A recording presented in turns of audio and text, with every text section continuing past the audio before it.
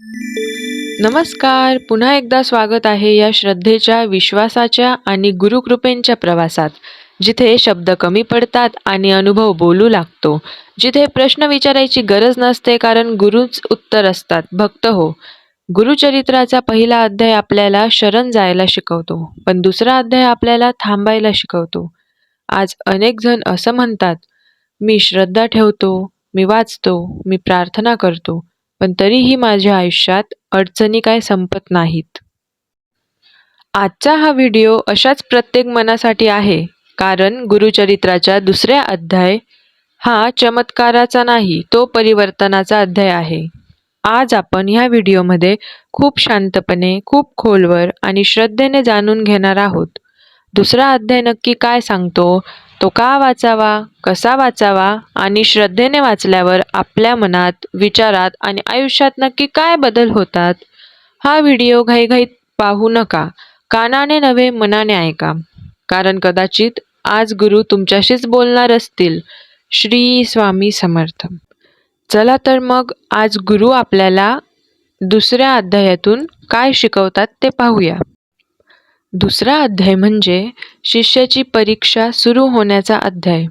पहिल्या अध्यायात गुरु शिष्याकडे पाहतात, पण लगेच बोलत नाहीत. हेच सर्वात कठीण असतं, कारण आपल्याला उत्तर हवं असतं, पण गुरु आपल्याला तयार करत असतात. हा अध्याय सांगतो, गुरु लगेच मदत करत नाहीत. ते आधी आपली श्रद्धा तपासतात आणि मग हळूहळू जीवनात बदल घडवतात. दुसरा अध्याय का वाचावा? तर पहिलं म्हणजे जेव्हा प्रयत्न करूनही परिणाम दिसत नाही. हा अध्याय सांगतो, तू चुकीच्या वाटेवर नाहीस, फक्त वेळ पूर्ण झालेला नाही. दुसरं, जेव्हा लोक साथ सोडतात.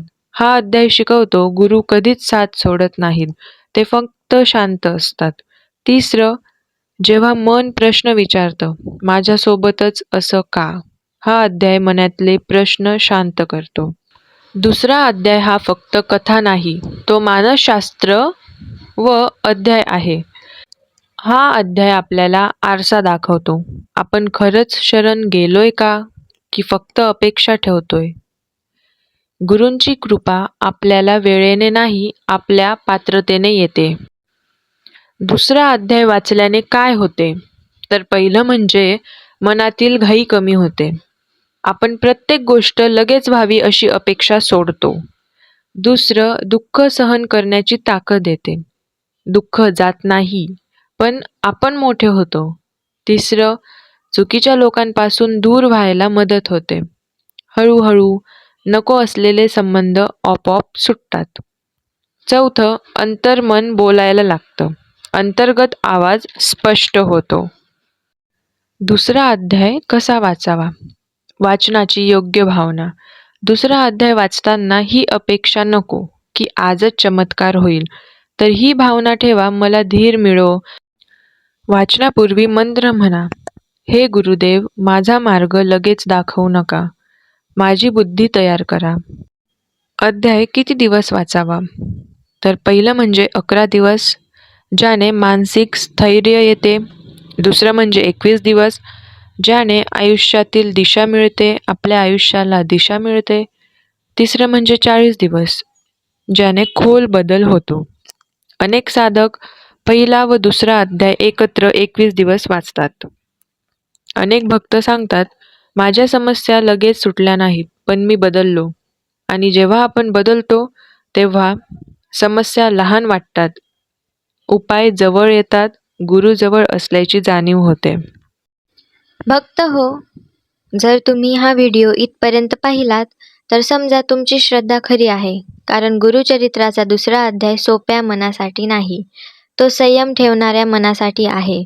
हा अध्याय आपल्याला शिकवतो, गुरु लगेच उत्तर देत नाहीत, कारण ते आपल्याला उत्तरासाठी तयार करत असतात.